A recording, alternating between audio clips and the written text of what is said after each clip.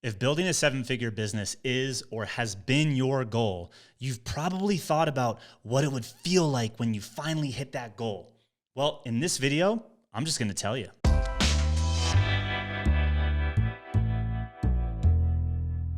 What's going on, guys? Greg Hickman here with Alt Agency at altagency.com. And like I said, in this video, I want to tell you what it feels like and really what's going through my mind now that we've built a seven-figure business here at Alt Agency.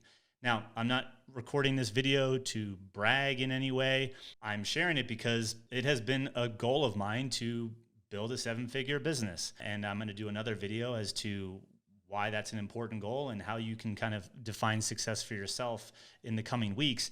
But for me, that was something that I was chasing. Maybe it's something that you're chasing. And so I had tons of thoughts as I was building this business up to this point where I wasn't really sure why I was chasing it or what it would feel like or what would be different or if like my life would be all that different. And it wasn't until I did a live stream in our free Facebook group for digital and creative agency owners, which you can visit by hitting the link below or visiting altagency.com/group, where someone asked me, Greg, now that you've hit the elusive seven-figure goal, what's different about how you're approaching things and your mindset? And it was an interesting question because honestly, I think I hit the goal and I just kept going, which probably in and of itself tells you how much is actually different now. And it really got me thinking because, you know, you hear the statistics about, you know, the number of businesses that actually ever achieve this goal and all of that great stuff. But it doesn't actually really mean anything until you actually get there. At least that was for me. And so there was a study from the Census Bureau and SBA office of 2020, and this was U.S. annual sales for full-time businesses. Only 7% hit $1 million in sales, and 50% are actually making less than $75K a year. So that kind of put it in perspective. And if you look not just 2020 and kind of years past, it's actually smaller than 7% of businesses, small businesses that actually cross seven figures in sales. And I think a key point in just that graph alone is the fact that most report on sales. They don't report on profit. So there's a lot of businesses that do seven figures in sales, but they still have nothing to show for it. And that's not a great business. You'd want a business that has a healthier profit margin, even if it's doing less in sales than having seven figures in revenue and nothing to show for it. So anyway, that question got me thinking. And so I thought I'd just share a quick video because I actually looked around on the internet and there were a lot of other videos on YouTube about like how to hit seven figures, but nothing really around like what happens when you get there. And so I wanted to share that. Now, if you're new here, go ahead and click that subscribe button and that notification bell because we share videos like this each and every week. Tips, training, things that are, I think, real that you should know about behind the scenes of growing an online business. So the question again is, well, what is different and how has your mindset changed? And the answer really comes down to, so what changed? Nothing and everything at the same time. And I know that sounds kind of like a fake answer, but I've distilled this down into a few things that I wanted to share with you about hitting this goal.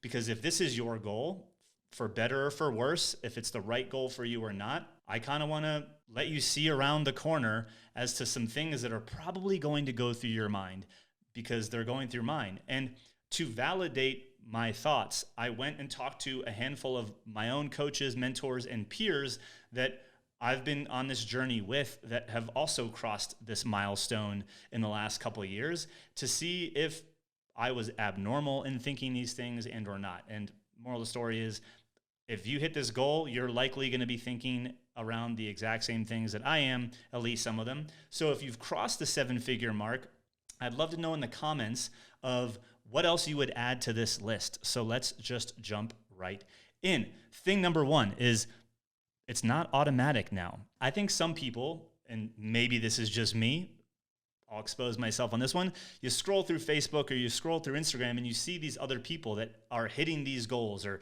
seven-figure business, eight-figure business.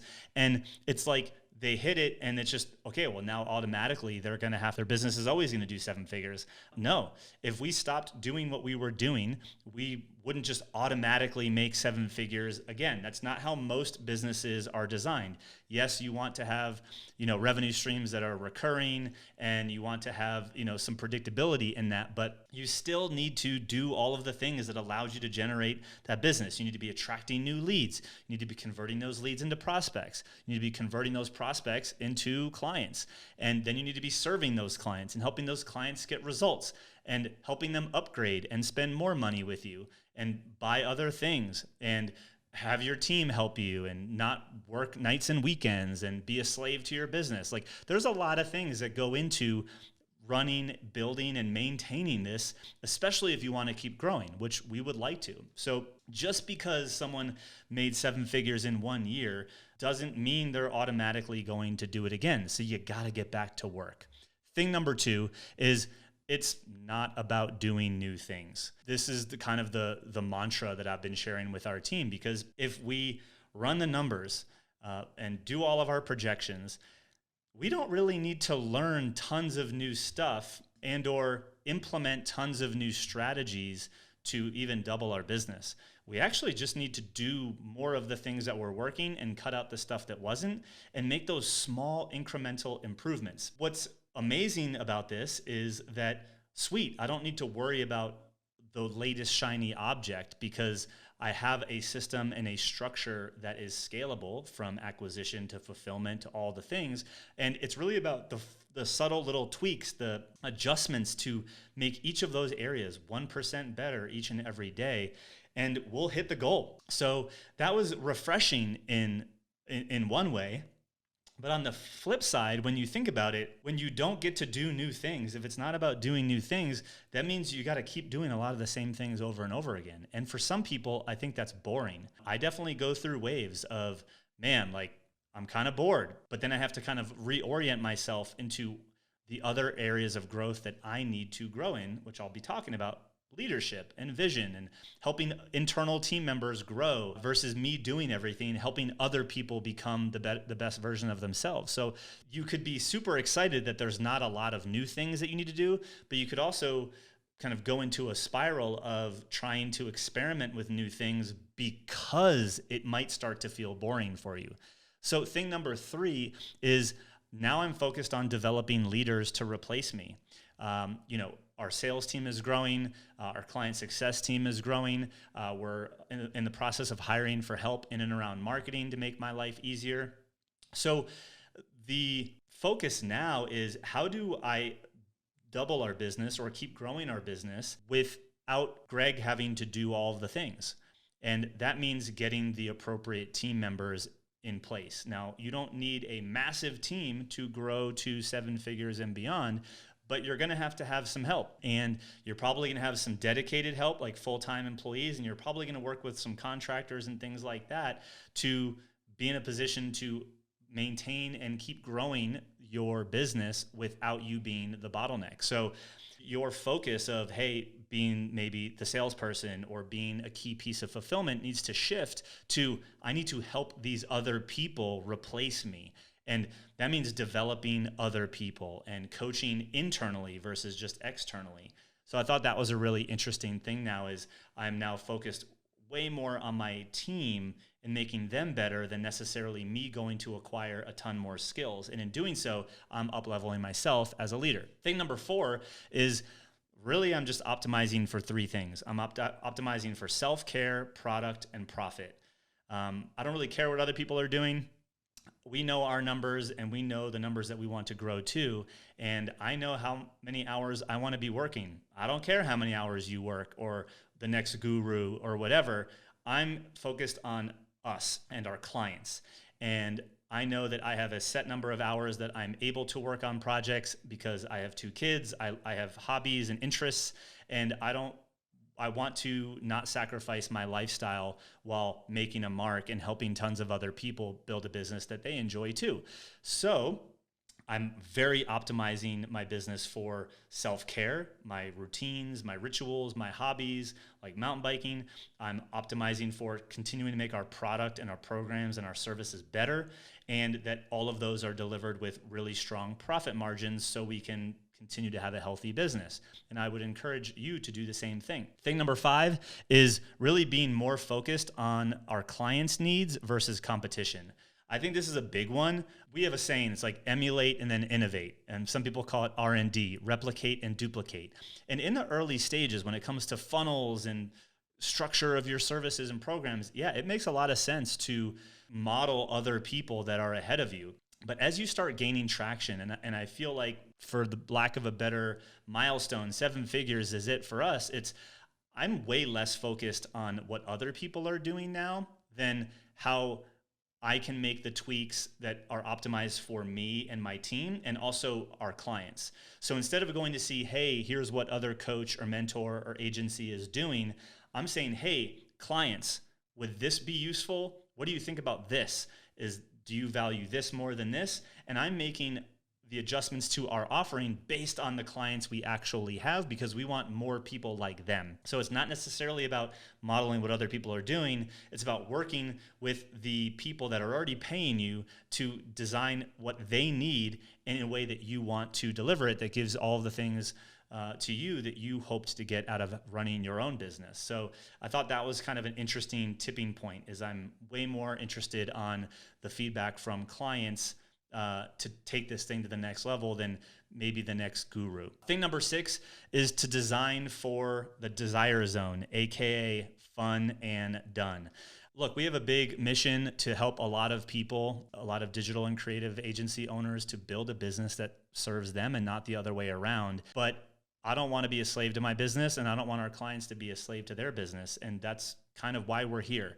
So we need to build a business so Greg gets to spend more time and the team gets to spend more time on the things that is in their desire zone, which for me, it's creating training and content like this and having fun developing YouTube videos and packaging up my IP.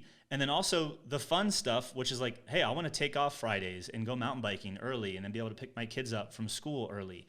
So I want to work less, make more, and only spend the time on the things that I'm really good at and I want to spend my time on. And you need to keep making tweaks to your business to get more and more of your time as the owner, as the leader, into that desire zone. And this year and beyond are really about those subtle tweaks and adjustments and hiring the right people to allow me to pull that off. And lastly, number 7 is you set the vision and lead the team. So as you cross the 7-figure milestone, it's going to, in order to keep growing, it's going to have way less to do with you and way more to do with everybody else.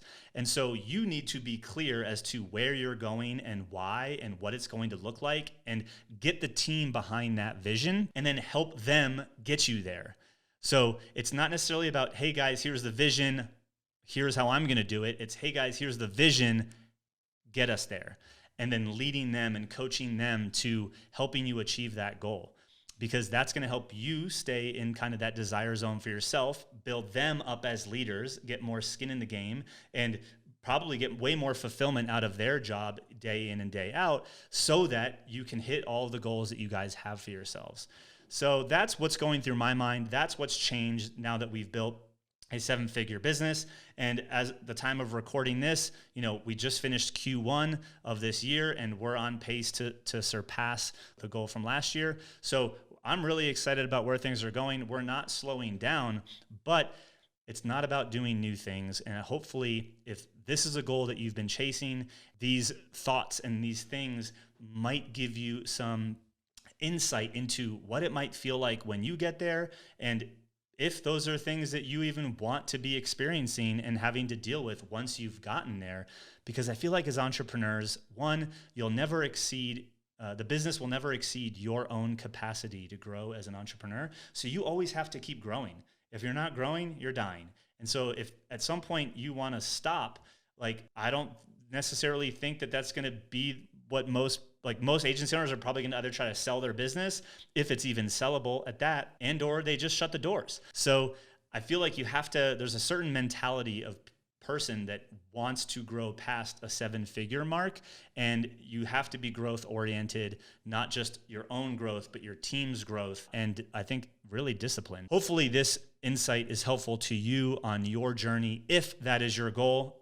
By the way, I don't think that hitting 7 figures has to be your goal at all. It's just for some of you, it is. And it was for me, and that's why I wanted to share this. So I hope this video finds you well.